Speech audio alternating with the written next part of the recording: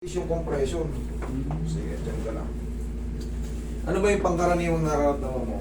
Nung last time sumakay ka dito ko, hindi ko siya naman dito sa leg. O yan, yan yung mga tapos parang mabigat Kasi yung nurse likod. ka. Sige, mas maganda. Yung mas maganda nasa medical building ngayon, mas maiintindihan nyo yung mga mga sinasabi ko, yung mga disc compression. Kasi once na meron kayong scolio or dextro or lebosco, automatic nagkakaroon ng compression. O dextro ka, o yan. Ang dextro is deviate to the right sa thoracic. Okay? Pero, Nung high school pa ako. actually, ano yan? Inborn yan.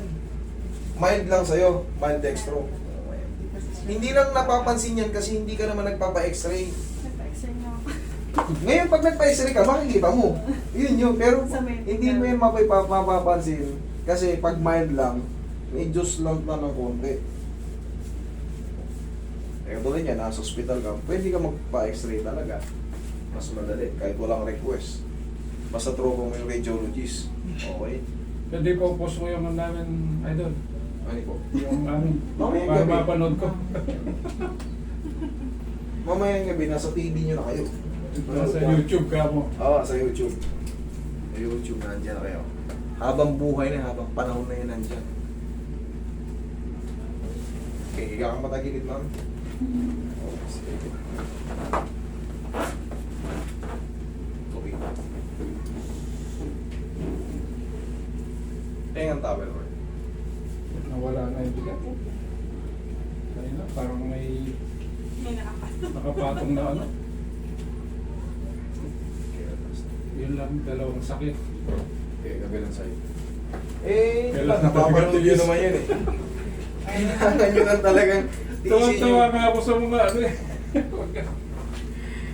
Kasi pag hindi nyo yan dinanas, ganun din, araw-araw din kayo nagdudusa. Anong gusto nyo? Totoo. Habang panahon kayo magdusa o isang sakita na lang. Ayun, may maganda kasi may benefits. May benefits yung na-receive yung pain. Tapa kayo, ma'am. Eh kaysa naman, araw-araw din kayo nagdudusa, ganun din, di na din rin. Kaya kahit mahirap hanapin itong lugar mo, tinanong na. Eh, kung maganda lang yung parkingan doon, magkalapit lang tayo sa tutumas na rin. Kahit nakapikit. Sa Sapong Bayo, na doon ba? Ayun, magkaisa lang naman po yun, Sapong Bayo. Isang ano lang yan, Doon yung mga isang barangay.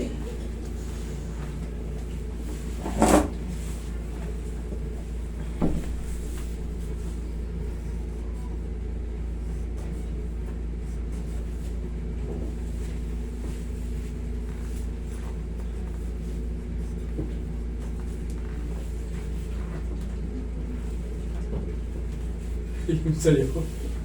Kaya nga po. Nahalo ko. Tendonitis yung ating. Saan?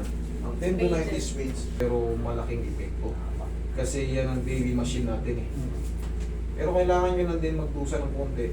Tapos, hindi pa to mapi-perfect ng 0-0. May matitira yan dyan na parang ngalay na lang, pero ang susundan din nyo lang. Palagi nyo lang parang, kahit hindi mo siya patutunogin, ganyan no.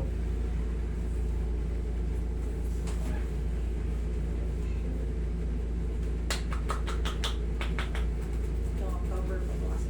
October yun. Okay lang. Okay. Kunin ko to ha.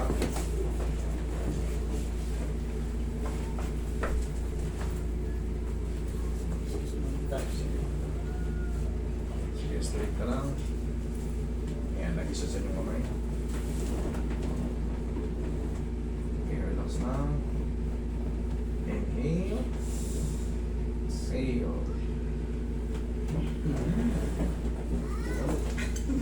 Lumagot ka pa. Tumangkad ka pa. Tsaka lang muna in a few seconds. Sige, upo kayo ma'am.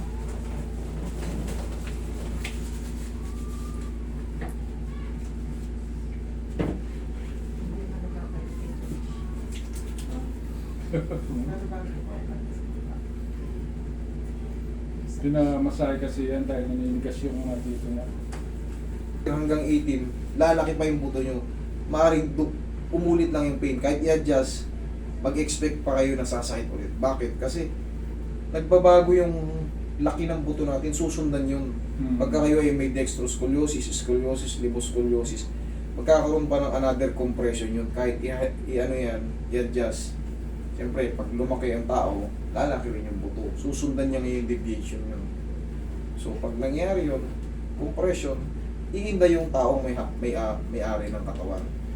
Pero ang gagawin dun, adjust na ulit. Pero ito, one adjust lang to. Laking ginawa. Nasusobra na lang sa kapit. Pwede kung magbuha tayo doon pagka ano. Bukas na, ikaka-adjust lang. Pwede siya mag-drive. Pwede naman, mag-drive. Abutin pa kayo ng lawag. Baka sumobra pa sa Pampanga. Hindi yan nasakit.